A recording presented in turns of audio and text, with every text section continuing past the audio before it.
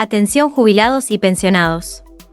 En las últimas horas, el exministro de Desarrollo Social, Daniel Arroyo, confirmó cambios importantes en jubilaciones y pensiones de ANSES, después de los anuncios hechos por Javier Milei. Clara Salguero te va a estar contando noticias de último momento, junto a especialistas previsionales, y Daniel Arroyo, para que entiendas qué cambia, cómo te afecta, y qué podés esperar en las próximas semanas, así que presta mucha atención.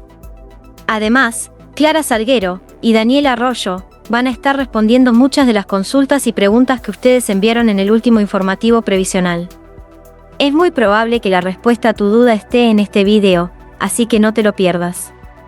Suscríbete al canal, dale me gusta al video, y no te olvides de dejar todas tus preguntas en los comentarios, las vamos a responder con especialistas lo antes posible, para que estés informado y tranquilo.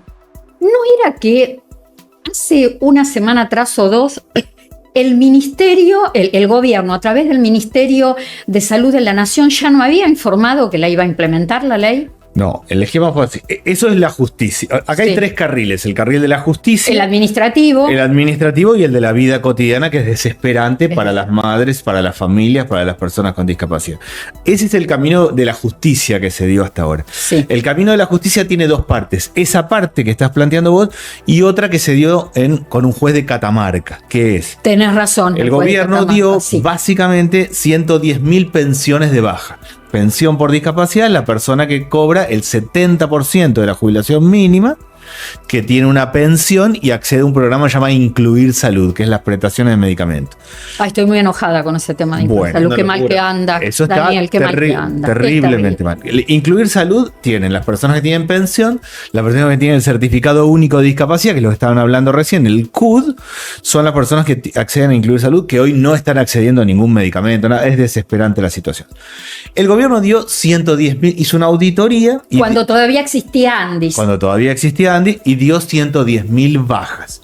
De esas 110.000, 90.000 son personas que nunca recibieron el telegrama, nunca recibieron una carta documento, nunca se enteraron que fueron citados.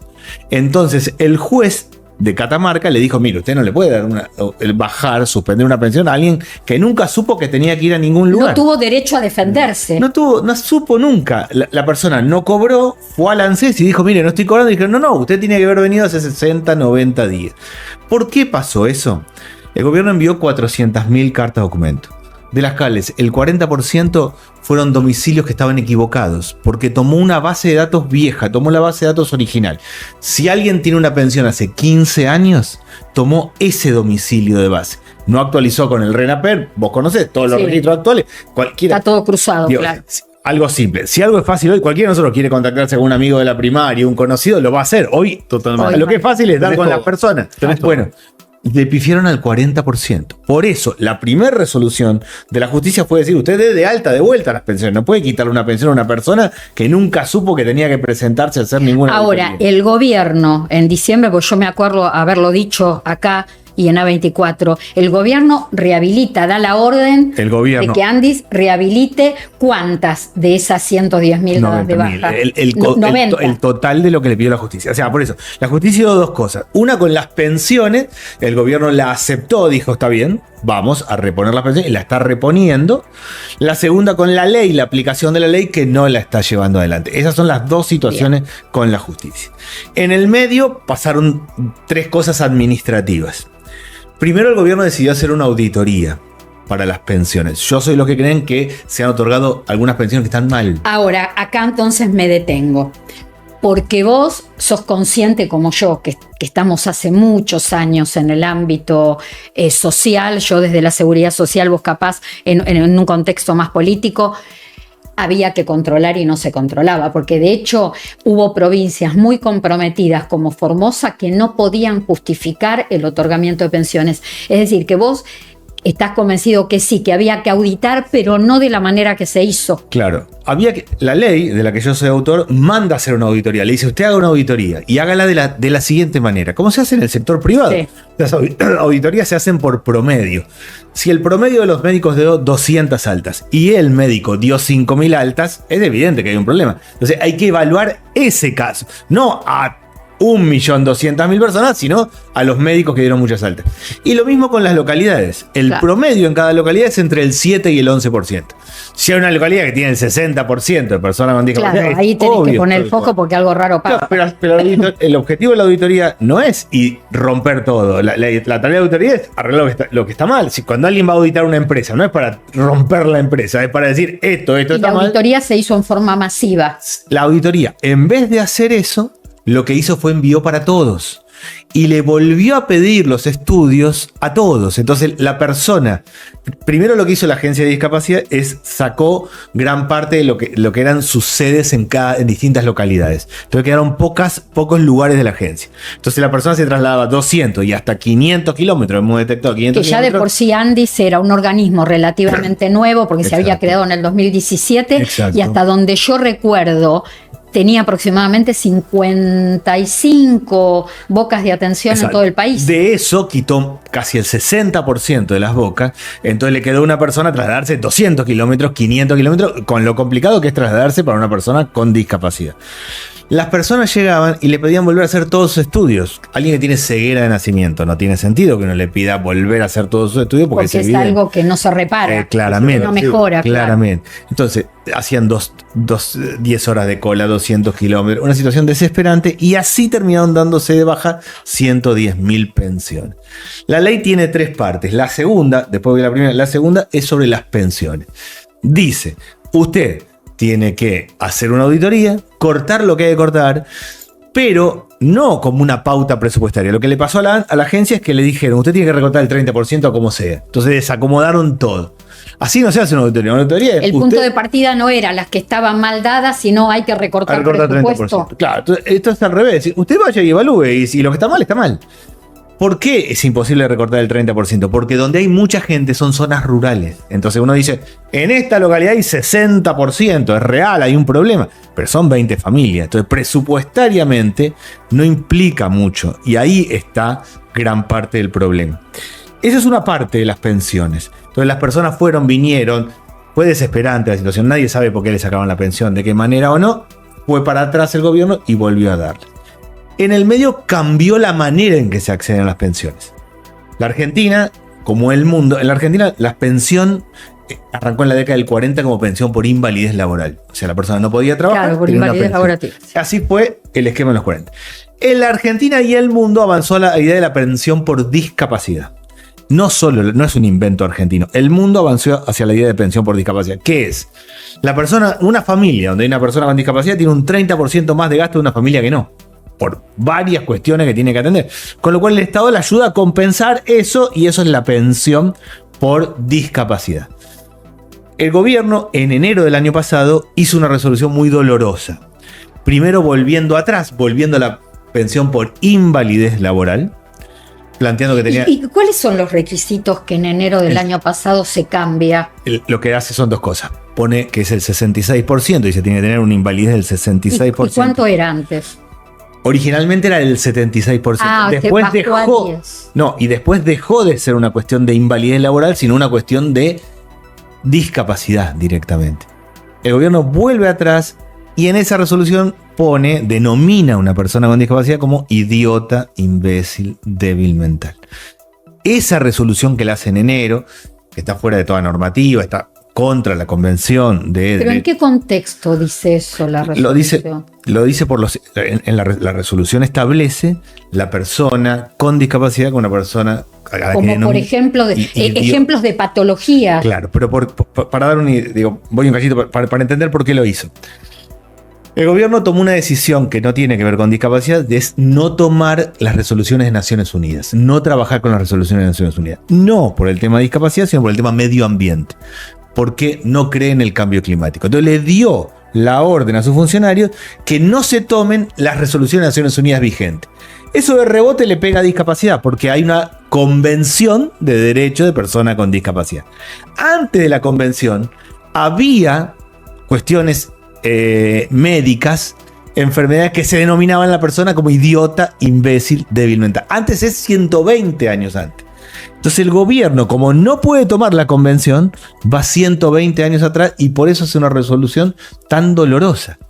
Esa resolución que hace en enero la voltea el propio gobierno en mayo, porque era una locura, era una cosa tremenda, y esto quedó en un limbo. Nadie sabe hoy cómo se accede a una pensión, porque hizo una resolución estableciendo el baremo, y las mira, condiciones. yo justo te iba a preguntar eso, porque mucha gente está o necesita esa pensión y sé cuáles son los requisitos. Bueno, esos requisitos, el baremo, que son los requisitos para acceder a una pensión, el gobierno hace una resolución en enero, donde denomina, con palabras tan dolorosas, y pone lo de invalidez laboral. En mayo la anula esa resolución, porque estaba fuera de toda normativa, estaba por comerse un juicio internacional, una cosa absurda, y queda en un limbo. Hoy, en la práctica, no se están dando nuevas pensiones.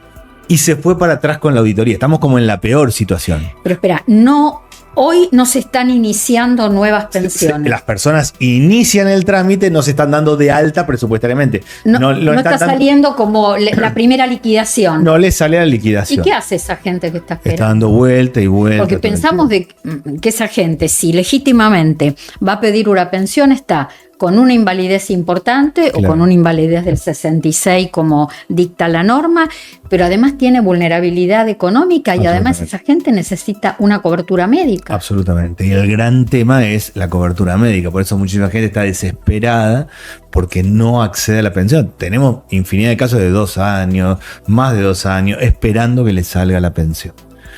¿Qué dice la ley? La ley dice, primero, tomemos el concepto de pensión por discapacidad, que armemos un presupuesto y establezcamos que las personas con tanto presupuesto entran las personas con discapacidad. Segundo, incorporemos a las personas en incluir salud, el sistema que le permite a la persona poder acceder. Ahora, ¿me explicas por qué incluir salud siempre funcionó tan mal? La gente siempre se ha quejado, que es una gerenciadora en realidad. Exacto. No es una obra social. No, es un programa social, todo el mundo le dice obra social, originalmente se llamaba PROFE, lo recordarás seguramente. Sí, programa federal. ¿De quién depende incluir salud? Ahora del Ministerio de Salud, o sea, después siempre dependió del Ministerio de Salud, después en el gobierno de Macri se crea la Agencia de Discapacidad, sí, que cumple con la normativa internacional, lo hace cumpliendo con la normativa internacional, pasó a depender de la Agencia de Discapacidad, ahora volvió al Ministerio de Salud porque lo que se hizo ahora fue básicamente ir para atrás, anular la Agencia de Discapacidad. Se eliminó y se creó como una secretaría en el ámbito de la salud. Incluir salud funciona muy mal. Muy mal. Básicamente porque nadie sabe cómo accede a un medicamento, cómo accede a una terapia, cómo accede a un acompañamiento. Hoy la situación es una persona que trabaja en un taller protegido, una persona va con discapacidad, trabaja todos los días 4 horas, una herrería, una carpintería, cobra 28.000 pesos por mes. Por mes, 28.000 pesos.